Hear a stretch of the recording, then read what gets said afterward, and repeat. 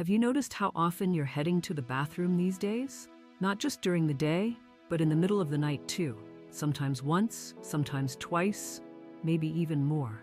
It sneaks up quietly until one day you realize your sleep, your outings, even your peace of mind are all being interrupted by the same frustrating question: where's the nearest bathroom?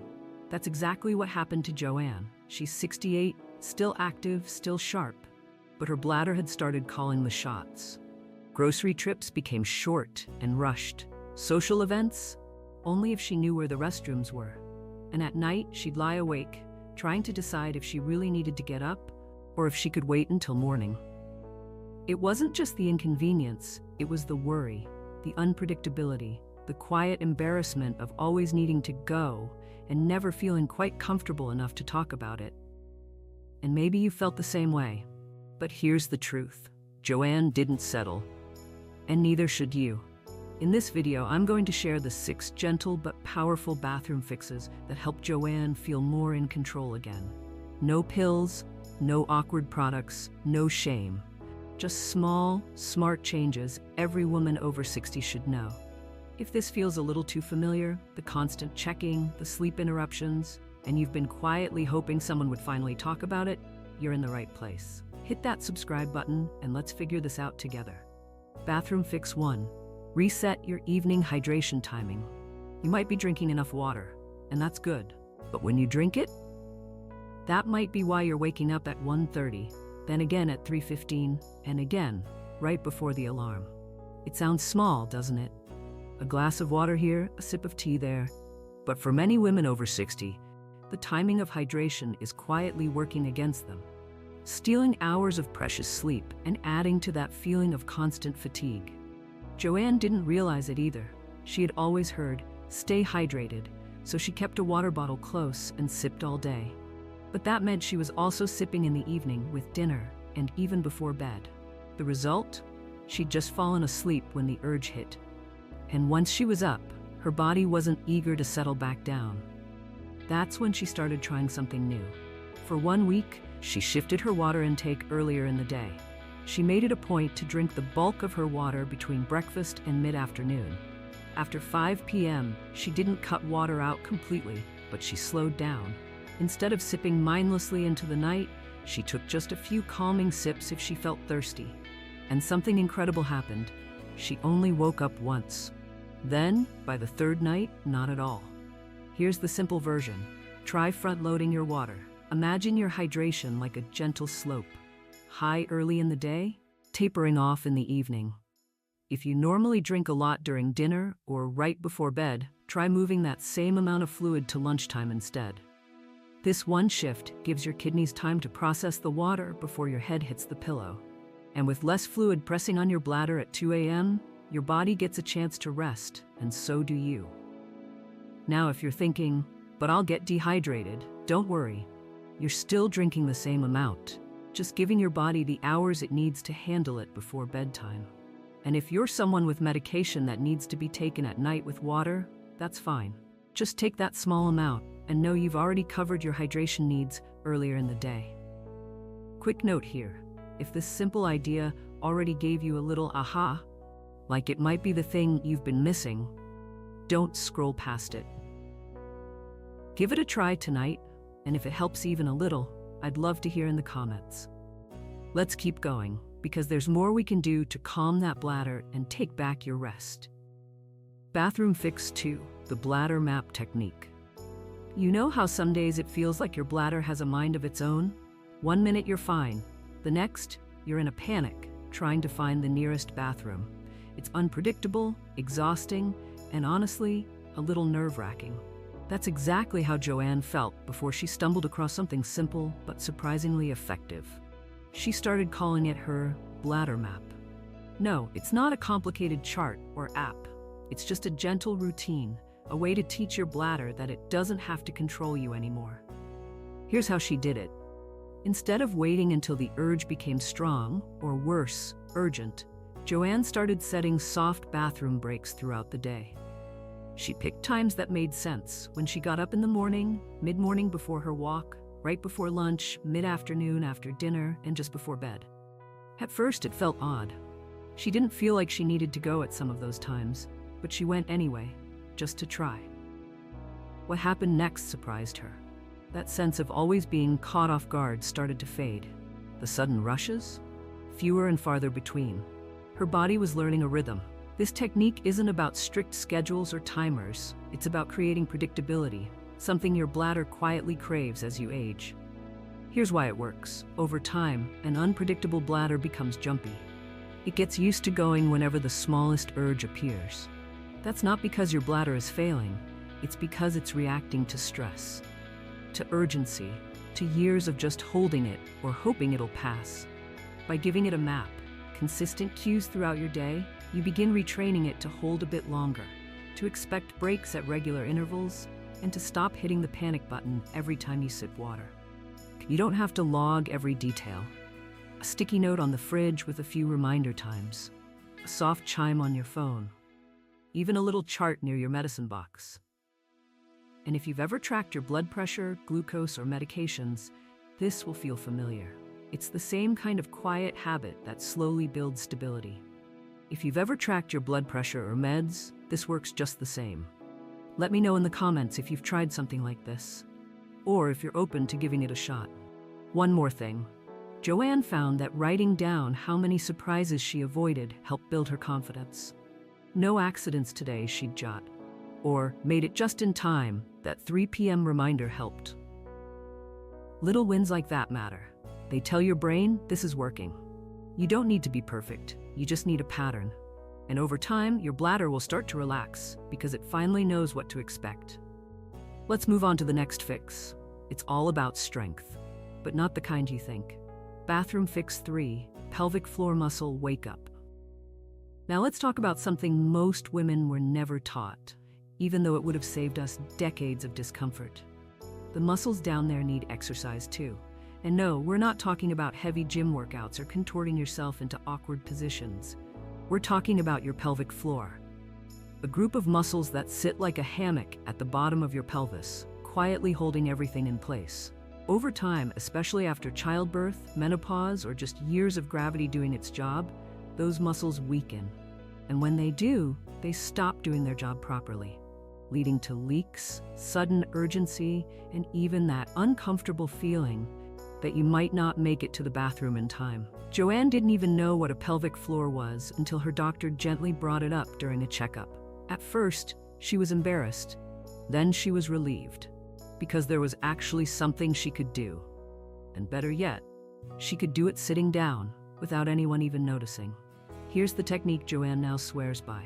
Sit comfortably in your chair, feet flat on the ground, back supported. Take a deep breath.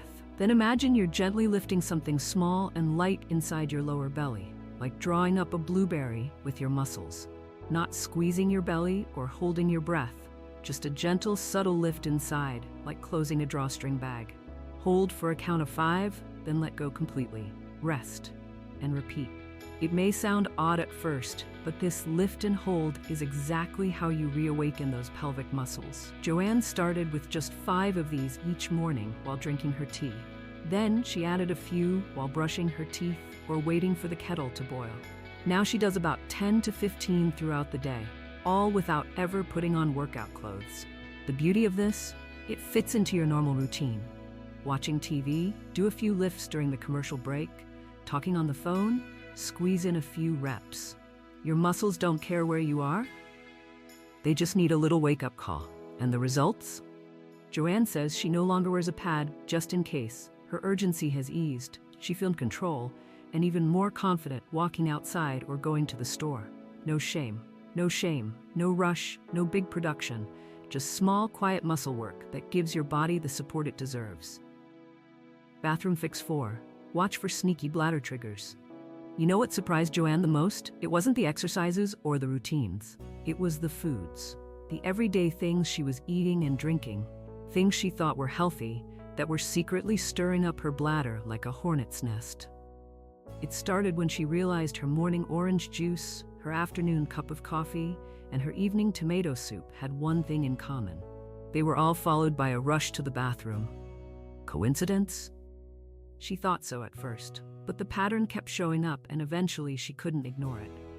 What she didn't know, and what many women over 60 don't realize, is that certain foods and drinks act like bladder irritants.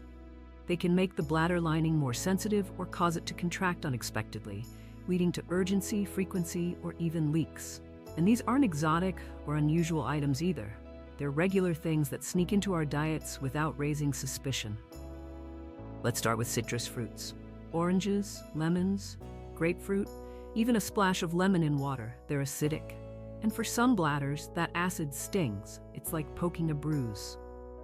Next is caffeine, found in coffee, tea, sodas, and even chocolate. It's a double whammy because it's both a bladder stimulant and a diuretic. That means it not only irritates the bladder, but also increases urine production, which adds pressure. Tomatoes are another culprit. Whether raw, cooked, or in sauces, they're acidic and can spark urgency in people with sensitive bladders.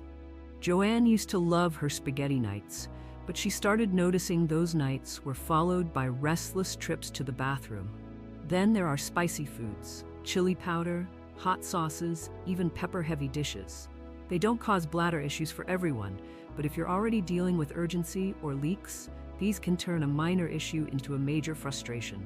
And finally, artificial sweeteners. These are tricky. They're in diet sodas, sugar-free gum, and all those light or no-sugar products. Many people are surprised to find that their bladder doesn't like these chemical substitutes, even more than it dislikes sugar. So what do you do with this information? Don't panic. You don't have to give everything up overnight. Joanne started with a gentle elimination test. For 1 week, she removed just one suspected irritant, in her case, coffee. She switched to warm water with a cinnamon stick in the morning. By midweek, she noticed fewer bathroom dashes. Then she reintroduced coffee and boom, the urgency returned. That was enough proof for her. You can do the same. Pick one item, remove it for 5 to 7 days. Notice any changes, then reintroduce it. Your body will tell you what's working and what isn't. This isn't about deprivation, it's about curiosity, about listening to your body instead of just managing symptoms. And in most cases, reducing, not eliminating, is enough. So before you assume you need new pills or pads, try checking your plate. Sometimes the most powerful fixes are the ones hiding in plain sight. And if this sounds like something you want to try, let me know in the comments. Which one do you think your bladder might be holding a grudge against? Bathroom Fix 5, the warm feet trick. You might not think your feet have anything to do with your bladder, but they do, more than you'd expect. Joanne didn't believe it either, not at first. She'd tried adjusting her hydration, tightening her pelvic muscles, even avoiding spicy foods. But the 2 a.m. bathroom wake-ups kept happening. Then, during a conversation with a friend at church, she heard something strange. You ever try sleeping with socks on? That little suggestion changed her nights more than she thought it would. Here's why it matters. As we age, our circulation slows a bit. That means our hands and feet tend to get colder faster, especially at night. Now, when your feet are cold, your body goes into a bit of a stress response. Nothing dramatic, but it quietly tells your nervous system to stay alert. That alertness makes it harder for the bladder to stay calm and settled, even when it's not full. For some women, it even creates a false sense of urgency, like a tap on the shoulder in the middle of the night saying, "You need to go now."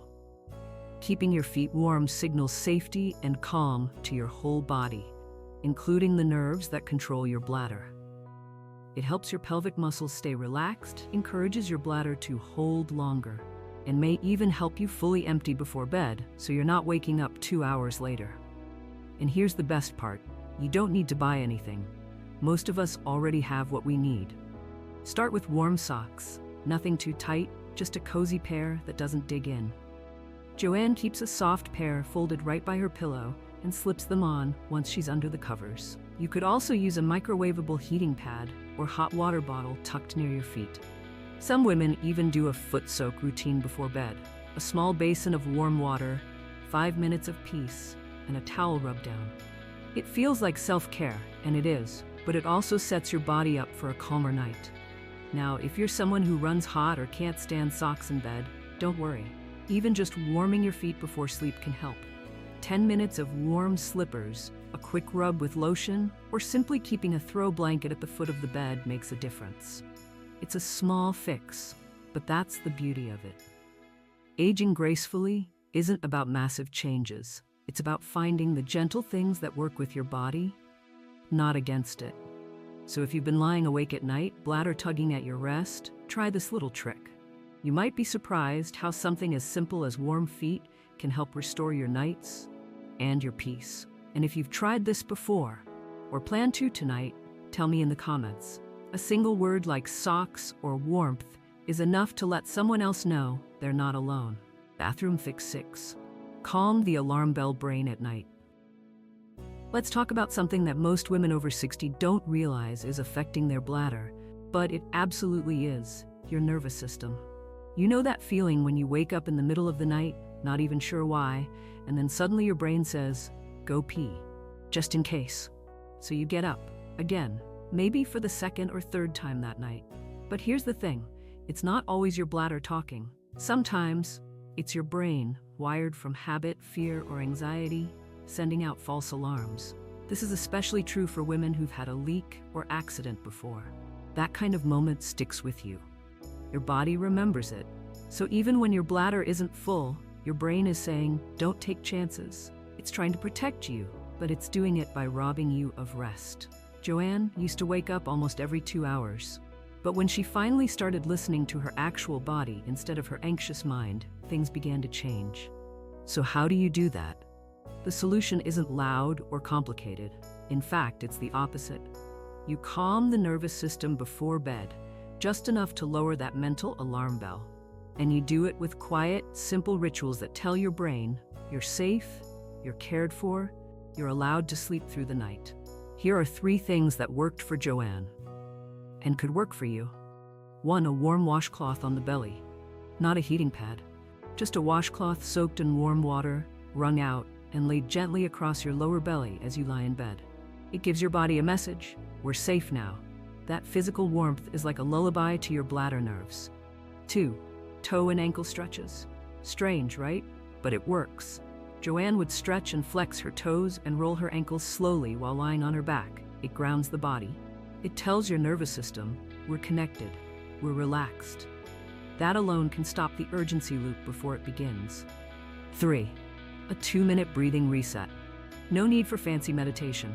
Just close your eyes and take 4 slow breaths in through your nose and 6 out through your mouth. Try it a few times. It sends a signal to your brain. You're not in danger, there's no emergency, and it's okay to drift back to sleep. When you do these things before bed, or even after a wake-up, your brain learns the difference between a full bladder and a full mind. And when the mind is calm, the body doesn't need to go searching for a bathroom at 2 a.m. This might be the most important tip yet. Because sleep is everything. It restores your mood, your muscles, your memory, and yes, your bladder too. If any part of this made you think, I could try that tonight, tell me below. Sometimes the smallest change can make the biggest difference. You don't need to do all 6 fixes at once. Truly, even one small shift is enough to begin changing how your days and nights feel.